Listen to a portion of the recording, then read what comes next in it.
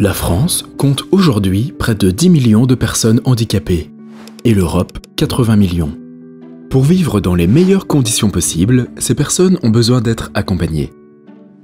Par des proches et en premier lieu par leur famille, il y a plus de 8 millions de proches aidants aujourd'hui en France, et par des professionnels. On en dénombre 1,7 million dans le secteur du social et du médico-social, sans compter les professionnels de santé. Tous ces acteurs cohabitent mais ne se parlent pas toujours entre eux. Prenons par exemple l'accompagnement d'un enfant handicapé à l'école. Il fera intervenir les parents bien sûr, mais aussi l'enseignant, le directeur d'établissement, l'auxiliaire de vie scolaire, le CESAD, l'enseignant référent de la MDPH.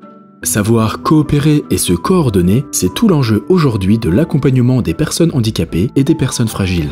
La FEGAPI s'est donné pour objectif d'être un lieu d'échange, d'innovation et de mobilisation pour tous les acteurs qui font de l'accompagnement une réalité quotidienne, afin de rendre ainsi la société plus inclusive et participative.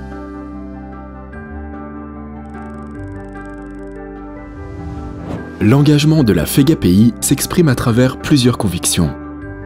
Les personnes handicapées et les personnes fragiles doivent être actrices de leur accompagnement.